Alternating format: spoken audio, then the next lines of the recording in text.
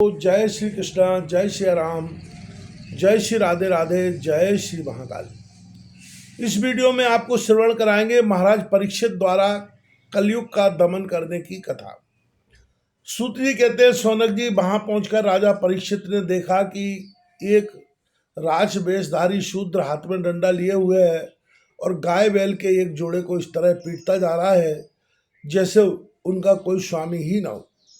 वह कबल तंतु के समान श्वेत रंग का बैल एक पैर से खड़ा कांप रहा था तथा शूद्र की ताड़ना से पीड़ित और भयभीत होकर मूत्र त्याग कर रहा था। धर्मोपयोगी दूध, घी आदि हविष्य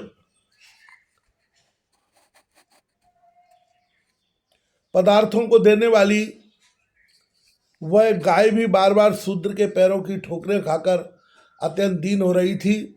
एक तो वह स्वयं ही दुबली पतली थी, दूसरे उसका बछड़ा भी उसके पास नहीं था। उसे भूख लगी हुई थी और उसकी आंखों से आंसू बहते जा रहे थे। स्वर्ण जड़ित रथ पर चढ़े हुए राजा परीक्षित ने अपना धनुष चढ़ाकर मेघ के समान गंभीर वाणी से उसको ललकारा, अरे तू कौन है जो बलवान होकर भी मेरे राज्य के इन दुर्बल प्राणियों को बलपूर्वक मार रहा है? तूने नट की भांति वेश तो राजा का सा बना रखा है, परंतु कर्म से तू शुद्ध जान पड़ता है। हमारे दादा अर्जुन के साथ भगवान श्री कृष्ण के परम धाम पधार जाने पर इस प्रकार निर्जन स्थान में निरपराधों पर प्रहार करने वाला तू अपराधी है अतः वध के योग्य है।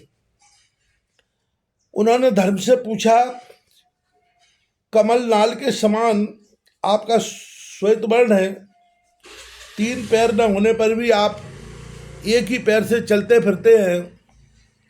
यह देखकर मुझे बड़ा कष्ट हो रहा है।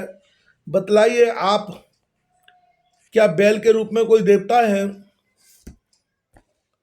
अभी यह भूमंडल कुरुवंशी नरपतियों के बाहुबल से सुरक्षित है।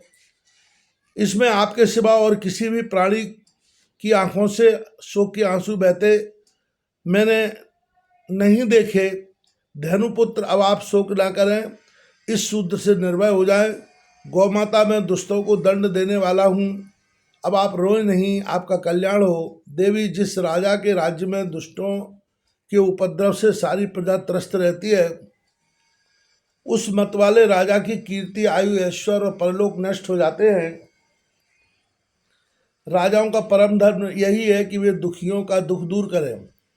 यह महादुष्ट और प्राणियों को पीड़ित करने वाला है, अतः मैं अभी इसे मार डालूंगा। सुरभिनंदन, आप तो 4 पैर वाले जीव हैं, आपके 3 पैर किसने काट डाले? श्री कृष्ण के अनुयायी राजाओं के राज्य में कभी कोई भी आपकी तरह दुखी ना हो। वृषभ, आपका कल्याण हो। बताइए, आप जैसे निरपराध साधुओं का अंग भंग करके किस दुष्ट ने पांडवों की कीर्ति में कलंक लगाया है? जो किसी निरपराध प्राणी को सताता है, उसे चाहे वह कहीं भी रहे, मेरा भय अवश्य होगा। दुष्टों का दमन करने से साधुओं का कल्याण ही होता है। जो उद्दंड व्यक्ति निरपराध प्राणियों को दुख देता है, वह चाहे साक्षात देवता ही क्यों न हो, मैं उसकी बाजूबंद से विभूषित भुजा को काट डालूंगा। बिना आपत्ति काल के मर्यादा का उल्लंघन करने वालों को शास्त्रानुसार दंड देते हुए अपने धर्म में स्थित लोगों का पालन करना राजाओं का परम धर्म है। धर्म ने कहा, राजन, आप महाराज पांडु के वंशज हैं, आपका इस प्रकार दुखियों को आश्वासन देना आपके योग्य ही है, क्योंकि आपके पूर्वजों के श्रेष्ठ गुणों ने भगवान श्री कृष्ण को उनका सारथी और दूत आदि बना दिया था। नरेंद्र, शास्त्रों के विभिन्न वचनों से मोहित होने के कारण हम उस पुरुष को नहीं जानते जिससे क्लेशों के कारण उत्पन्न होते हैं। जो लोग किसी भी प्रकार के द्वैत को स्वीकार नहीं करते, वे अपने आप को ही अपने दुख का कारण बतलाते हैं। कोई प्रारब्ध को कारण बतलाते हैं तो कोई कर्म को, कुछ लोग स्वभाव को तो कुछ लोग ईश्वर को दुख का कारण मानते हैं। किन्हीं किन्हीं का तो ऐसा भी निश्चय है कि दुख का कारण ना तो तर्क के द्वारा जाना जा सकता है। राजन से अब इनमें कौन सा मत ठीक है, यह आप अपनी बुद्धि से ही विचार लीजिए। सूत जी कहते हैं, ऋषि श्रेष्ठ सौनक जी, धर्म का यह प्रवचन सुनकर सम्राट परीक्षित बहुत प्रसन्न हुए। उनका खेद मिट गया उन्होंने शांत चित्त होकर उनसे कहा।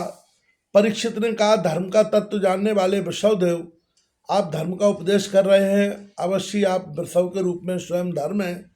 आपने अपने को दुख देने वाले का नाम इसलिए नहीं बताया है कि अधर्म करने वाले को जो नरकादि प्राप्त होते हैं वे ही चुगली करने वाले को भी मिलते हैं, अथवा यही सिद्धांत निश्चित है कि प्राणियों के मन और वाणी से परमेश्वर की माया के स्वरूप का निरूपण नहीं किया जा सकता। धर्मदेव, सतयुग में आपके 4 चरण थे, तप, पवित्रता, दया और सत्य। इस समय अधर्म के अंश, गर्व, आसक्ति और मद से 3 चरण नष्ट हो चुके हैं। अब आपका 4था चरण केवल सत्य ही बच रहा है। उसी के बल पर आप जी रहे हैं। असत्य से पुष्ट हुआ यह अधर्म रूप कलयुग उसे भी ग्रास कर लेना चाहता है। ये गौ माता साक्षात पृथ्वी है। भगवान ने इनकी भारी बोझ उतार दिया था और ये उनके राशि सौंदर्य बिखेरने वाले चरण चिन्हों से पवित्र उत्सवमयी हो गई थी। अब ये उनसे बिछुड़ गई हैं। वे साध्वी अभाग्नि के समान नेत्रों में जल भरकर यह चिंता कर रही हैं कि अब राजा का स्वांग बनाकर ब्राह्मण दोही शूद्र मुझे भोगेंगे। महारथी परीक्षित ने इस प्रकार धर्म और पृथ्वी को सांत्वना दी। फिर उन्होंने अधर्म के कारण रूप कलयुग को मारने के लिए तीक्ष्ण तलवार उठाई। कलयुग ताड़ गया कि ये तो अब मुझे मार ही डालना चाहते हैं, इसलिए झटपट उसने अपने राज चिन्ह उतार डाले और भय विह्वल होकर उनके चरणों में अपना सिर रख दिया। परीक्षित बड़े यशस्वी, दीन वत्सल और शरणागत रक्षक थे। उन्होंने जब कलयुग को अपने पैरों पर पड़े देखा तो कृपा करके उसको मारा नहीं, अपितु हंसते हुए से उससे कहने लगे। परीक्षित बोले, अब तू हाथ जोड़कर शरण आ गया। तब अर्जुन के यशस्वी वंश में उत्पन्न हुए किसी भी वीर से तुझे कोई भय नहीं है, परंतु तू अधर्म का सहायक है, इसलिए तुझे मेरे राज्य में बिल्कुल नहीं रहना चाहिए। तेरे राजाओं के शरीर में रहने से ही लोभ, झूठ, चोरी, दुष्टता, स्वधर्म त्याग, दरिद्रता, कपट, कलह, दंभ और दूसरे पापों की बढ़ती हो रही है। अतः अधर्म के साथ ही इस ब्रह्मावर्त में तू एक क्षण के लिए भी न ठहरना, क्योंकि यह धर्म और सत्य का निवास स्थान है। इस क्षेत्र में यज्ञ विधि के जानने वाले महात्मा यज्ञों के द्वारा यज्ञ पुरुष भगवान की आराधना करते रहते हैं। इस देश में भगवान श्री हरि यज्ञों के रूप में निवास करते हैं। यज्ञों के द्वारा उनकी पूजा होती है और वे यज्ञ करने वालों का कल्याण करते हैं। वे सर्वात्मा भगवान वायु की भांति समस्त चराचर जीवों के भीतर और बाहर एक रस स्थित रहते हुए उनकी कामनाओं को पूर्ण करते रहते हैं। सूत जी कहते हैं, परीक्षित की यह आज्ञा सुनकर कलयुग शेर उठा। यमराज के समान मारने के लिए उद्यत हाथ में तलवार लिए हुए परीक्षित से वह बोला। कली ने कहा, सार्वभौम, आपकी आज्ञा से जहाँ कहीं भी मैं रहने का विचार करता हूँ वहीं देखता हूँ कि आप धनुष पर बाण चढ़ाए खड़े हैं। धार्मिक शिरोमणि, आप मुझे वह स्थान बतलाइए जहाँ मैं आपकी आज्ञा का पालन करता हुआ स्थिर होकर रह सकूं। सूत जी कहते हैं, कलयुग की प्रार्थना स्वीकार करके राजा परीक्षित ने उसे 4 स्थान दिए: द्यूत, मद्यपान, स्त्री संग और हिंसा। इन स्थानों में क्रमशः असत्य, मद, आसक्ति और निर्दयता, ये 4 प्रकार के अधर्म निवास करते हैं। उसने और भी स्थान मांगे, तब समर्थ परीक्षित ने उसे रहने के लिए एक और स्थान सुवर्ण धन दिया। इस प्रकार कलयुग के 5 स्थान हो गए: झूठ, मद, काम, बैर और रजोगुण। परीक्षित के दिए हुए इन्हीं 5 स्थानों में अधर्म का मूल कारण कली उनकी आज्ञाओं का पालन करता हुआ निवास करने लगा। इसलिए आत्म कल्याणकामी पुरुष को इन 5 स्थानों का सेवन कभी नहीं करना चाहिए। धार्मिक राजा प्रजावर्ग के लिए लौकिक नेता और धर्मोपदेष्टा गुरुओं को तो बड़ी सावधानी से इनका त्याग करना चाहिए। राजा परीक्षित ने इसके बाद वृषभ रूप धर्म के 3 चरणों तपस्या, शौच और दया जोड़ दिए और आश्वासन देकर पृथ्वी का संवर्धन किया।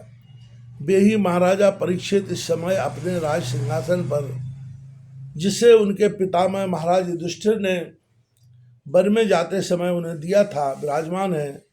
वे परम यशस्वी सौभाग्य भाजन चक्रवर्ती सम्राट राजर्षि परीक्षित इस समय हस्तिनापुर में कौरव कुल की राज्य लक्ष्मी से शोभायमान है। अभिमन्यु नंदन राजा परीक्षित वास्तव में ऐसे ही प्रभावशाली है जिनके शासनकाल में आप लोग इस दीर्घकालीन यज्ञ के लिए दीक्षित हुए हैं।